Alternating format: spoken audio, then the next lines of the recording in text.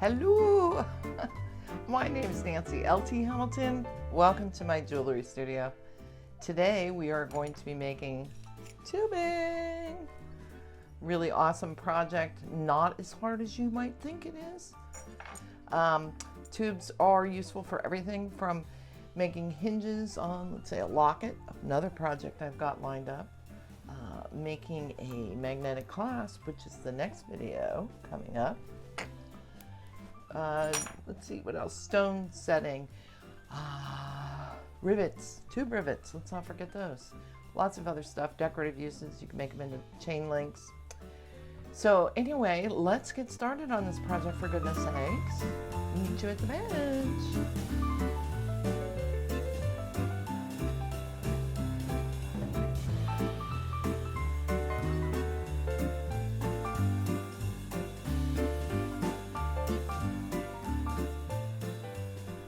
First thing that we need to do, and I highly recommend this, is that you make a practice tube before to make sure that it fits your whatever you need it to fit for. I'm making a magnetic clasp and I need my tubing to have an interior dimension of 6.5 millimeters. I figured that out by using my calipers and measuring the outside diameter of the piece. Then you multiply it by 3.5, which is a very rounded up version of pi. This will allow for extra room for funky sawing, cutting that's not quite square, because this process involves two really perfectly square outer sides. These are going to curl up together and meet in the center. And just like you would with a bezel cup or with a ring or many other things, you really need your metal to be nice and perfectly square and flat for the solder joint to be perfect. What happens when we're doing this rounding up, it's not exact. The first time you need to experiment a little bit with, well, maybe I'm not doing 3.5. Maybe this tube was a little too big, or maybe this tube is a little too small. So by making a practice one, we can check and say, okay, it's just a little too big, and adjust it for maybe one more practice one to make sure that's right. Write these numbers down somewhere, keep them in a journal. That way you don't have to do this again. And this is all assuming that your sawing is going to be pretty similar and your filing is going to be pretty similar, that you're going to be removing equal amounts each time you pursue creating a tube. I do not need to make a very robust tube. I'm not setting a stone in it. It's not going to be a hinge. This is just going to be an outer chamber to hold the parts for the magnetic clasp. If I was doing a hinge, I might go up as far as 20 gauge. You can make a really thick walled tubing by doing 18, but boy, it's going to be tough. So I had this silly preconceived notion that 18 gauge brass or bronze would be difficult to do and that you'd have to use it on metal, on the metal swage block. But I did this on wood, 3 runs through with different size mandrels, and I've got a decent curve on it. It didn't kill me. I didn't cry or anything. So 18 gauge works.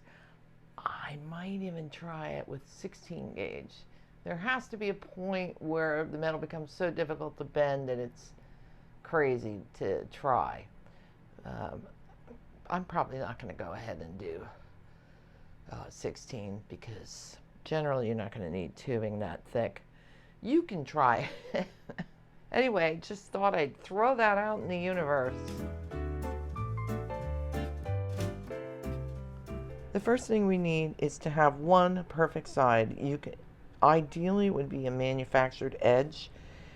If you do not have a perfectly square side, then check out my 2 videos on creating square edges on metal. I will have links for them in the video description. This part is important because what we're going to do is mark this dimension and use this wall as a guide And if this is not level or even, it's not going to give us a straight line, so our two walls are not going to be flush. You got it? So what I'm going to do is turn on my calipers. I want to squish them here and make sure that they're nice and tight. And then make sure if there's any numbers here, I want to reset to 0. We're good to go here. And then I'm going to set this to 22.75, hopefully. Oh, do you know how lucky I am on that? And then you want to lock it down by tightening this screw on top. So now we have our dimensions set up. By the way, if you already have a square edge, mark it somehow. You can either do this. If you have a square corner, I like to do this with a box in it. And that shows me that that's a square corner. This is not, though. So I'm just going to go on this one edge here. So you want to pushing up against the wall of the metal with one leg. Push down, and then you're going to drag down the metal. So then what we want to do is, these are so difficult to see. What I want to do is have the metal and the ruler facing the light source so you don't have a shadow created here. And I want to line this up as closely as I possibly can to the scribed line, and then holding my pen in this direction facing the ruler, I want to drag down that line, making this a little more visible. What you want to look for is, hopefully your line is above the scribed portion of this. If your line's back here or up here, go ahead and clean this with alcohol and redo it, because it's just going to be too crazy trying to saw on something that's so off. Always saw on the outer edge of the line. And yeah, so I'm going to put this in my shear and cut this line out, and then we will have our blank for our tubing. If you're planning on doing this project, you might as well go ahead and make a long strip for tubing, because having a strip of tube this long, you'll use it eventually, you know. It's nice to have as backup. If you need it, you don't have to stop and make tubing, rather than, let's say, a tube that was this long. It's kind of a waste of time at that point. So go ahead and make long guys. And we're going to bring this over to my shear, cut it out, and then we have to do some final checking to make sure that this sucker is square.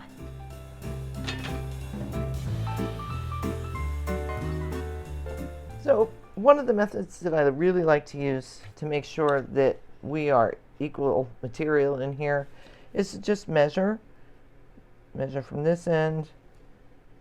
We've got 22 millimeters, and down at this end, and I've got 22 millimeters. So now that I know this is square. But if it's, let's say you get 22 and 23, you don't know which side is off. I mean, it could be just this way and that way.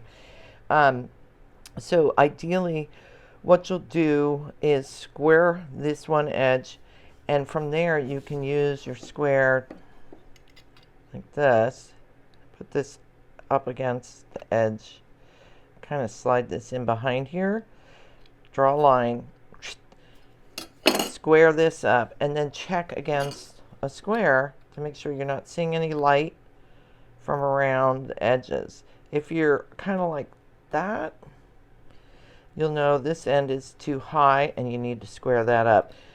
See my videos for sure. They really will help you to figure out how to square your blank properly, which is really important.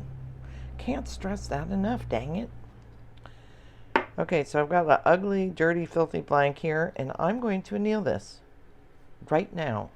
Almost forgot something I really wanted to show you. If you have burrs, which you probably will, on this edge here and on the back, not on this side, I'm talking about the surface. Take your sanding stick and at a, get back here, steep angle, like that, file those edges down, because if you go like this, you'll reduce the sides here a little bit, and that can be enough to leave a gap.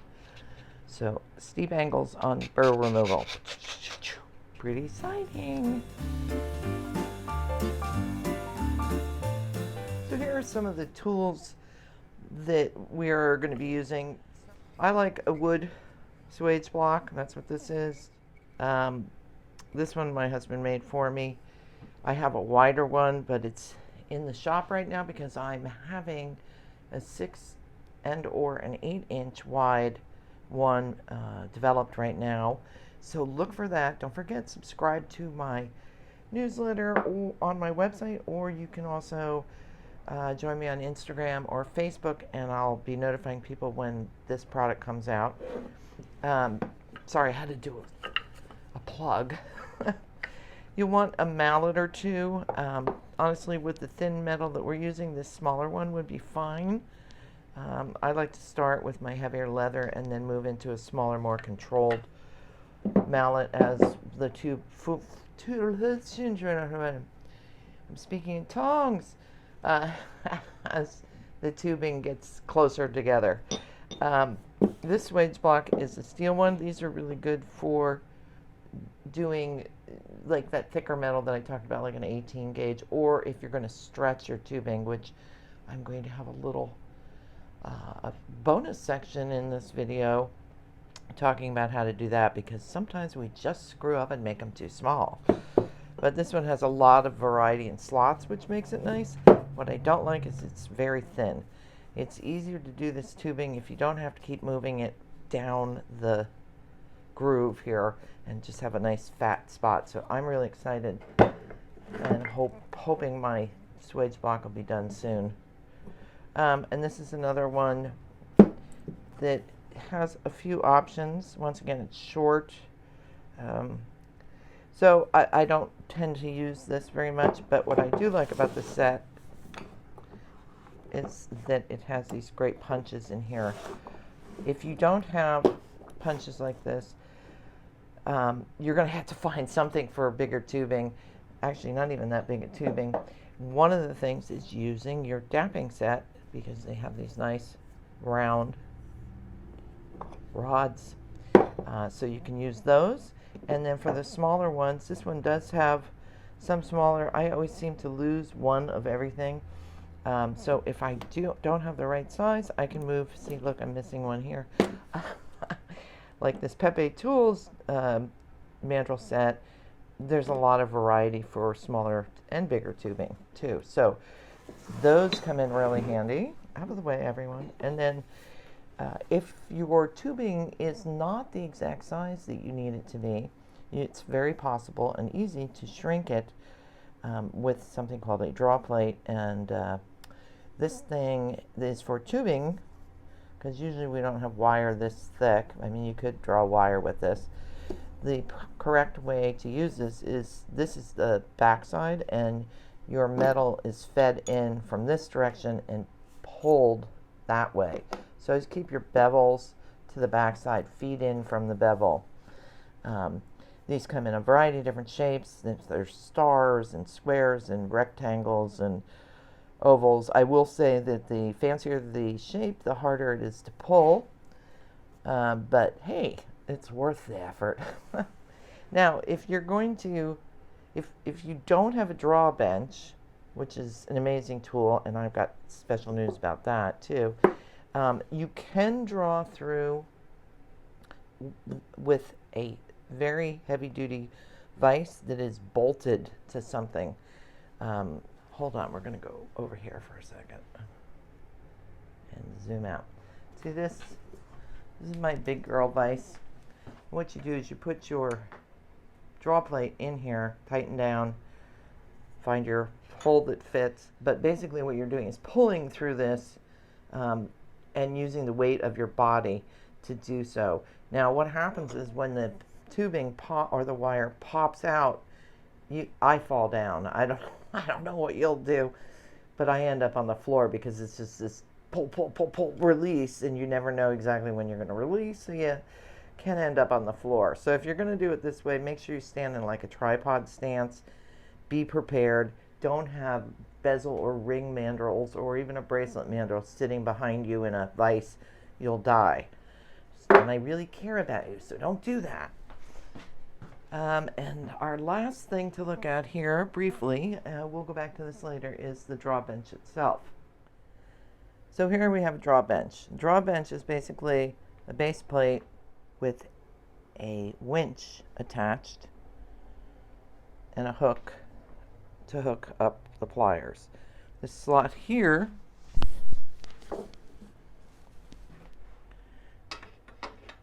your draw plate goes in there like that. Well, I have exciting news. I'm creating a kit that you can make your own draw bench for under $200. I think maybe a little more, but not far from 200, which will save you $3,000 to $1,000.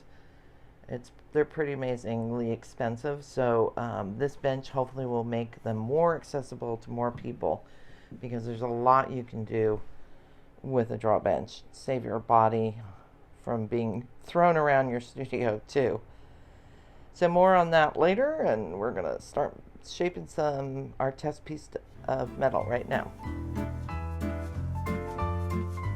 So you want to start by moving the metal into the widest hole or swage, I guess, that you've got on your block. So here or here, and you want to lay it in here as closely as you can. What you want to do is use a punch that's slightly smaller. See, this is too small. It doesn't fit in here. If I hammer this in, it's going to crush the block itself. So we want something that fits in, but is slightly smaller, which, believe it or not, this is. You can tell with that nasty shadow there. I'm going to try to keep this level in here. I'm going to lay the punch on top. I'm going to be holding both the metal and the punch in my hand, so I have control over it. And I'm going to use my big mallet, try to center this punch, and give it a whack. And you'll feel as that metal releases down into the swage. So this is what we have now. Now if we had the longer block, we would already be done. This would already be collapsed. So I'm going to do the middle section. This copper is like butter. And then I'm going to do the end. So there's the beginning of our tube. What we want to do is take a look down here, like that. So you can see there isn't a lot of room for the metal to go. So it's time to already move to our next spot like this. We're going to go to a smaller spot, and we're going to go to a smaller punch. Once again, you want to make sure that this fits in there well and slightly smaller. Sorry, I'm right-handed. I'm going to do things this way. Put your piece in, lay your punch. I try to whack them about evenly.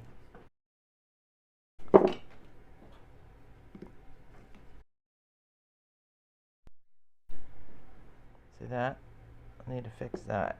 So if your sides aren't square, you can turn the whole piece like this, so that one end is down. Now we look better. This needs work too, so we're going to turn this on its side. Well, might as well go down the whole thing on its side. So you're constantly checking down this way, and you're also checking down this way. You want to try to keep these seams on the same plane. You don't want this whole thing twisting around.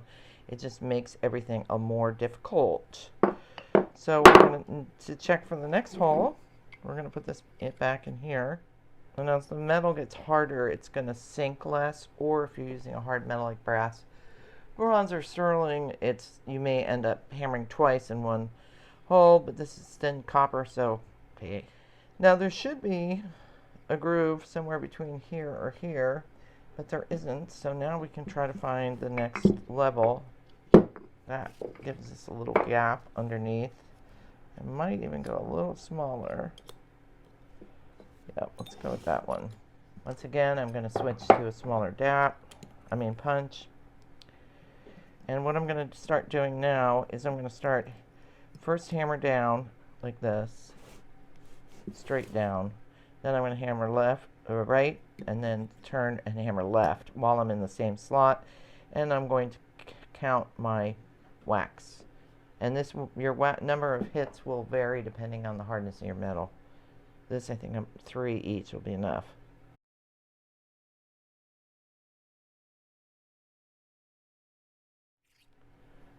So let's check down.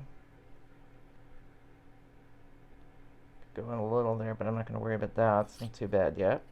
And this is looking pretty good. So once again, check where we are. I think we were in there. Let's go to the next smallest. Grab the next smallest punch. I'll do the same thing.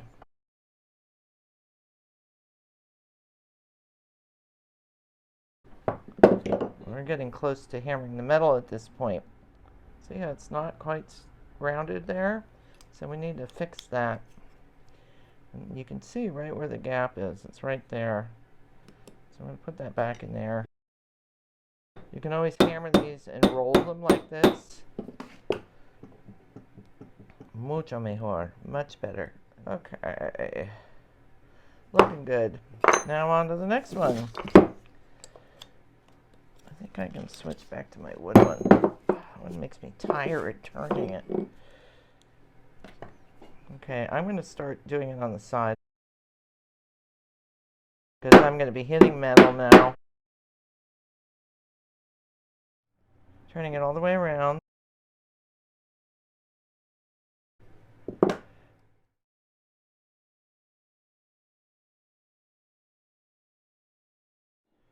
So we're going to sight down here. Make sure everything's looking round. This is basically the whole technique. You just keep moving down. Well, I'm going to keep pounding. Oh, when you get down to this part, you're pretty much, you might want to switch. Now it's mallet switching time. And we're going to start really hitting pretty much on the metal. See how while I'm hammering, I'm turning. Make sure that rod stays all the way out. So now we want to start looking at this seam. Maybe it's easier to see with this in. There's more of a gap right here, so I'm going to try to bring that around a little more. Bring the metal from the back. And then from this side. Good, that's fixed. Looks better. Alright, we're almost completely closed. Now, because this is a test piece, we are not going to go, we're not going to solder it. We also didn't cut the tab in here because we're not going to be pulling this through the draw bench. I will discuss that when we get to the final piece.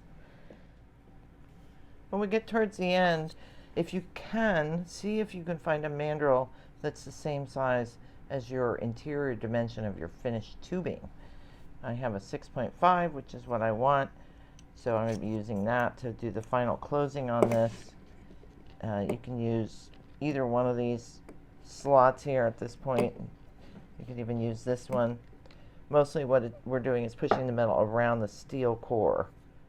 So what you want to do is do a hammering in a full arc and then come in from the other side and go that way.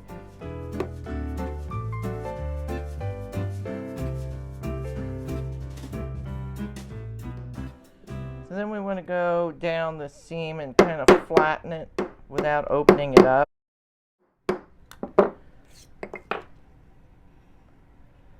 This looks pretty close.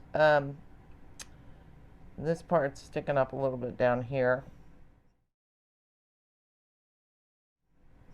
And to fix that, you would kind of tap on the high side, very similar to how you close a ring and a bezel.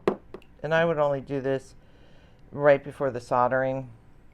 I'm going to push this back in and re-round it, because what we want to do first is check to see how this fits on our piece that we're putting in the center. So I'm going to finish.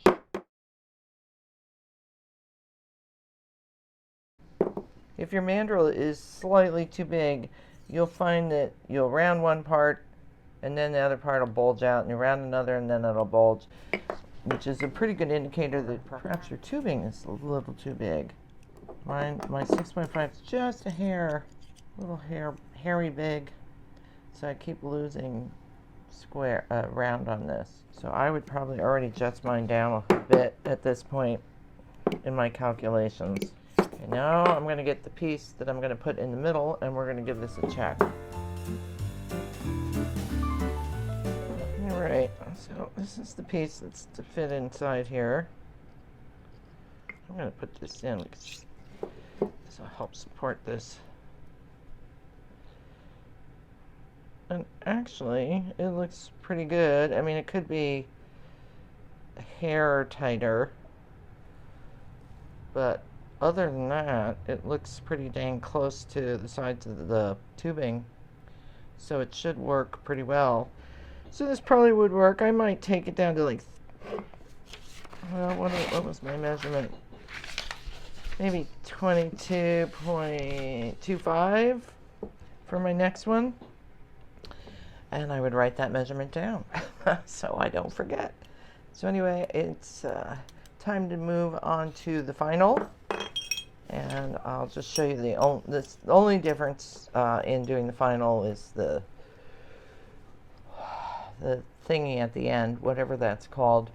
I also want to show you how to use the draw bench, and you'll also see how to stretch tubing if things go terribly wrong. All right, onto the final piece. What you want to do, is mark which side you're using, because on a strip like this, it'd be like, oh my God, which one is the tubing? So I'm just going to do like around 11, and then I want to mark around 11 down here. Oops. And then draw a line down the center.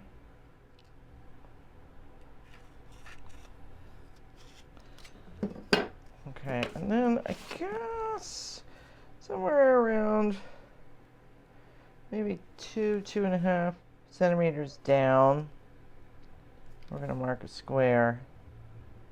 Once again, draw this off. And then we want to take from corner to point here. And this doesn't have to be uber precise. This is just the wedge that we need. This gets crushed, and it's much smaller than the tubing, and that's what we grab onto when it's fed through the draw bench. So here, this would all be cut away with your saw, and you don't have to file this nice or anything because it's just going to be scrunched down on. All right, I need to go hit this with the shear, or hit the shear with this, hit something with something. All right, here's my finished blank, ready for annealing. So you're just going to take this blank and go ahead and shape it just like I showed you in the sample or the test tube. The only thing is, don't forget to curl this end too. Just treat it like it's all here and like part of the regular tubing. After we curl this into our tube, we're going to do a little finessing, and then I'm going to show you how to solder that seam.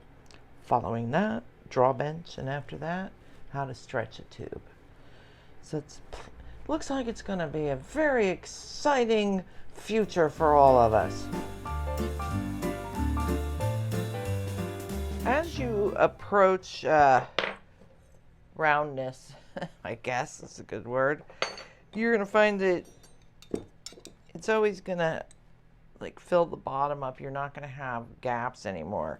So to determine what size to go into next, you can try to do, consistently. Okay, I was here and now I'm going to go to the next, and that works great. It's the same with the mandrels, where I've been going from 7.5 to 7 to 6.5, blah blah. So what you can do is kind of look at it in the groove itself, the mandrel in the groove. So, and how much of your metal will be hanging out. I mean, this one or the other one will be fine. Also, let me zoom in. I don't know if you can see this spot here. it's a bulge. So I'm going to show you how to fix those. What happens sometimes is, especially with the softer metals, if you hit it too hard, you can stretch it, especially steel on steel. And this is what happened here is this got stretched out here and I tried to round it. And what I ended up doing was stretching it a tad. So I'm going to go ahead and bring this closer together, and then we're going to run a file down here. You can also use a saw blade if it's tight to get a clean edge on it. So we will demonstrate that now. So this is about a good width for a small escapement file.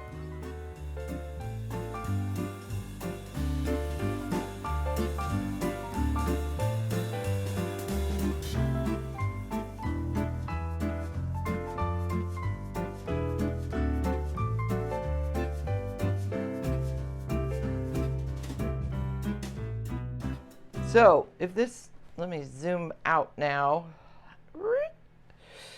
So if this happens to you, I don't remember if I talked about this yet or not, but I will now. Fortunately, this draw plate has sizes on it. What's stuck in here is a 7mm mandrel.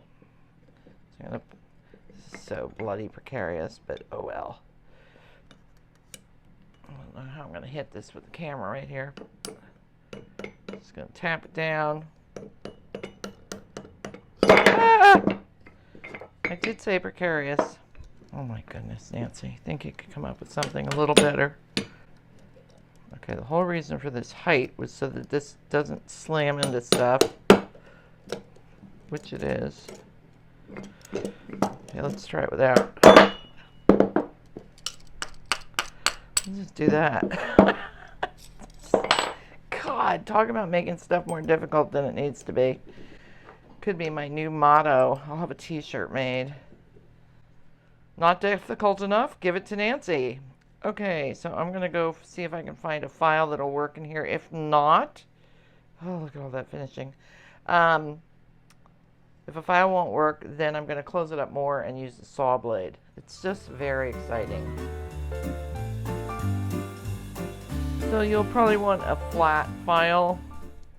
This one, I don't know what this is. It's really cute. Here's an escapement. This is that whatever. It says tungsten point or something on it. And then I brought a needle. Let's try the needle first. Oh, that might be too thick.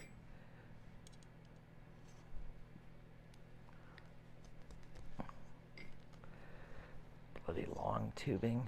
Who thought of this? Whose idea was this? Okay. Obviously, this is not something I want to do often. How can we make this easier, Nancy? It's like what I say every morning when I get up. How do I make life easier today? What shortcut can I take? What tool can I invent? What a hammer. I get the file wedged in there so tightly I'll never get it out. All my careful measuring for naught. Wish I had my wooden block. It's Wedge block. This would not have happened. It's the metal block that's the bane of my existence these days. I bet a sanding disc run along this wall could make my life much nicer. Hold on. So, let's see, the funky side's over here. I could ruin it with this too. There's so many ways to wreck stuff.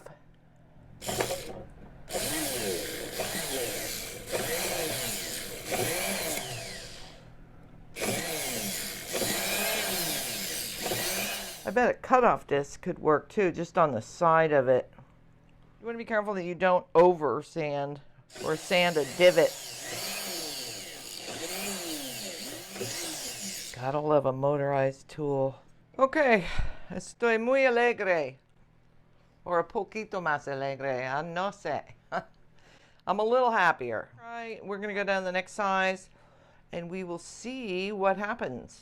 I'm not going to make you watch me banging away on the hammer again, though. Just picture it in your mind. Alrighty, I fire scoffed this, warmed it, put on a whole ton of solder. What, 3, 4, 5, 6, 7, 8, 9, 10, 11, 12, 13, 14, 15, 16, 17, 18, 19 pieces. Contrary to what I usually do, in this case, you want to have a lot of solder on the seam.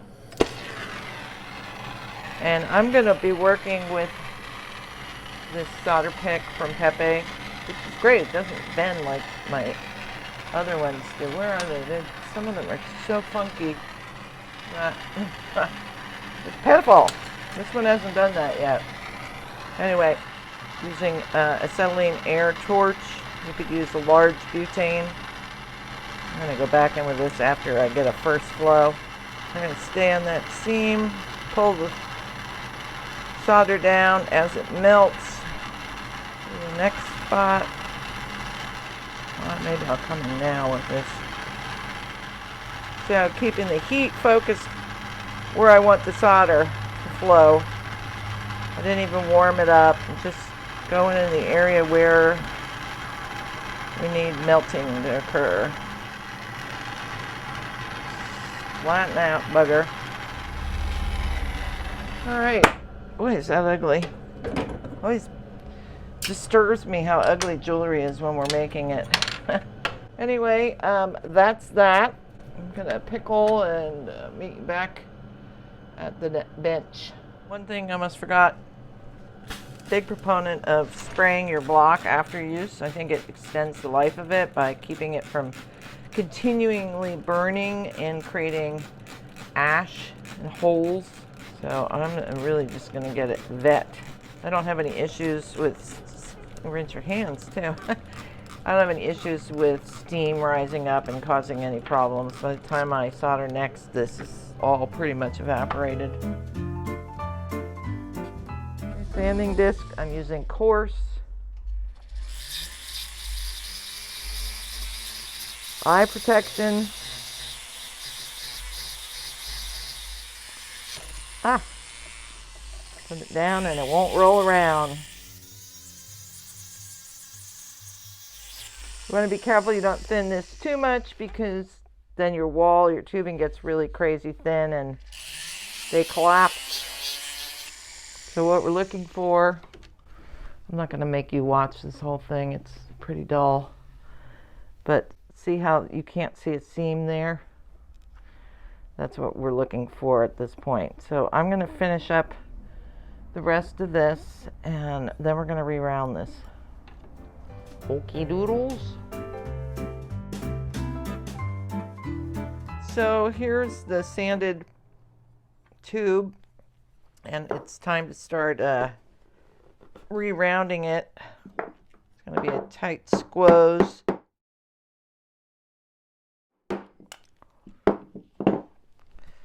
Just push it in little by little.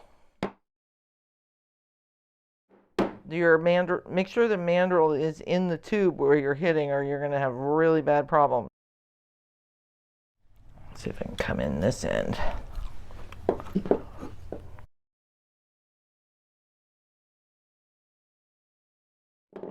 I'm going to do an eyeball here so I know how far. Actually, I should have a pen and mark it. This way I know what area is supported.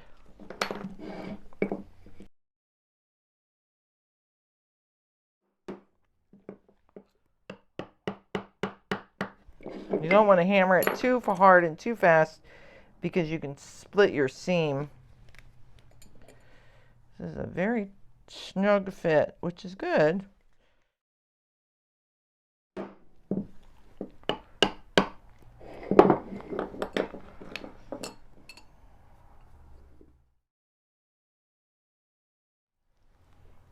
Okay, it looks round down there and round down there. All right, we're down to the end of the video. Woohoo! So now what we want to do is check our fit. Before you do that, you might want to take a big deep breath, because chances are it's not going to be perfect. Too big. I'm not surprised. I actually knew that, but I'm pretending. It's definitely too big. So what I need to do is shrink this tubing using the draw plate that I talked about earlier and the draw bench. You also want to squish your wedge down until it looks something like this. You want it nice and thin so that there's something to grab onto with your tongs or your pliers. So anyway, this needs to be annealed. Remember, we just hammered the heck out of this, rounding it so it is no longer nice and soft. So let's go anneal, and then I will meet you over at the draw bench.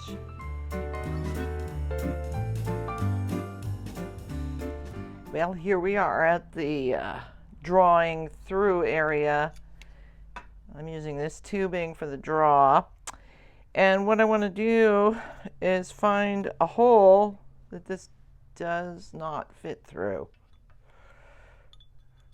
So it fits through these. So the next one that it doesn't fit through is the hole. I've already marked it with a 1. That's for the first draw through. And remember, bevel goes on the back side. So the closer you get to these edges, I mean, I don't know how they think this is supposed to work. It's like scary how little material there is here. It'd be really easy for this to go like that and perhaps snap. So anyway, this is going to be close to the edge. That's up. Let me make sure I've got it lined up right.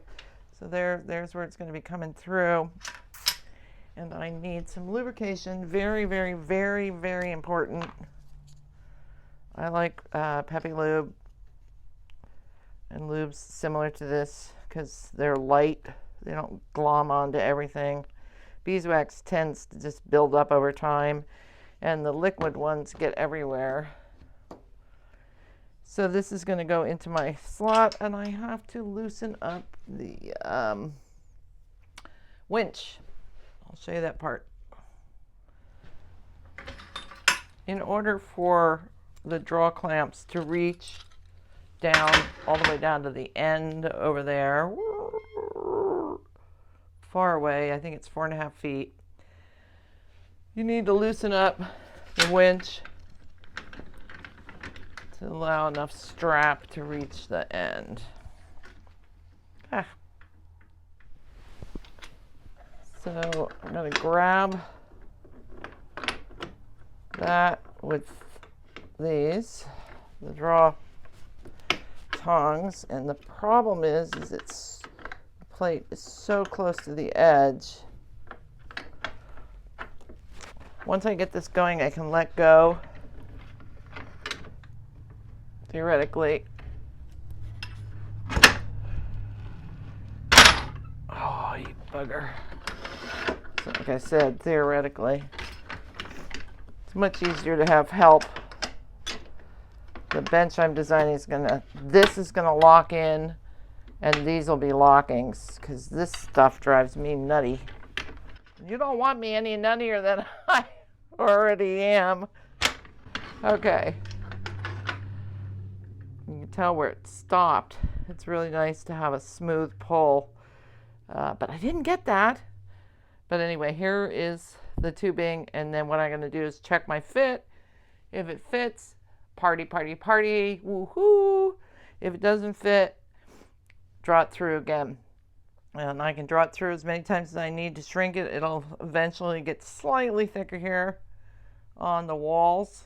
I guess if you shrunk it down enough, it would get thick, but I would rather just make smaller tubing. Might be easier, I don't know. Anywho, that's how you do it. That's how you make tubing. That's my happy dance. Another project under our belts. Good work, guys.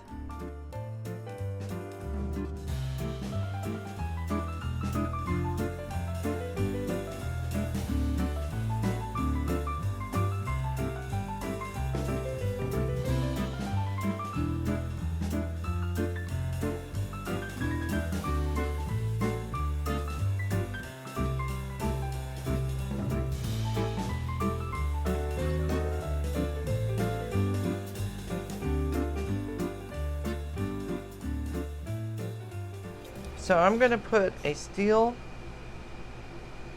punch in here, and I'm going to find an appropriately sized groove, and I'm also going to take a steel hammer, and between the steels, theoretically, this is going to stretch.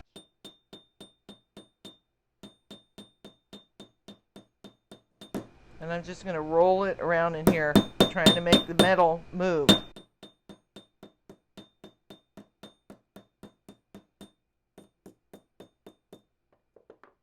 Now hopefully, after all that tap, tap, tapping, we've stretched it somewhat.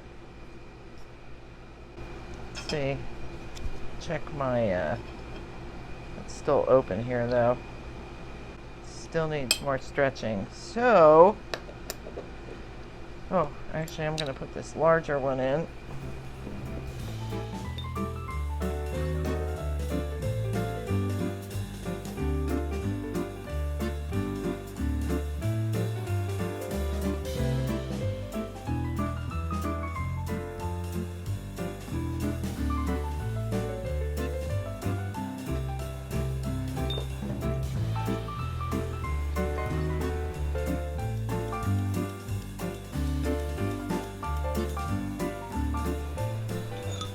Continue the saga. It's kind of like stretching a ring, a long, long ring.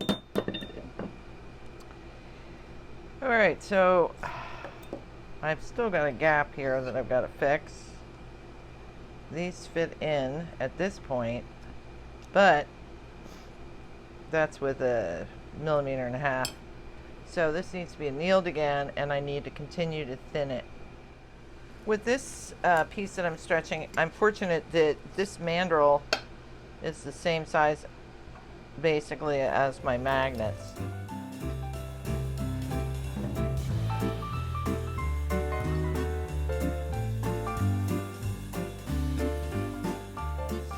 So once I've stretched the metal enough, I'm going to go back into my wooden block and pull the edges together. Now, if you've done your hammer blows with the steel close together, you shouldn't have too much cleanup. Should almost be planished. So, yeah, hopefully that worked out for you.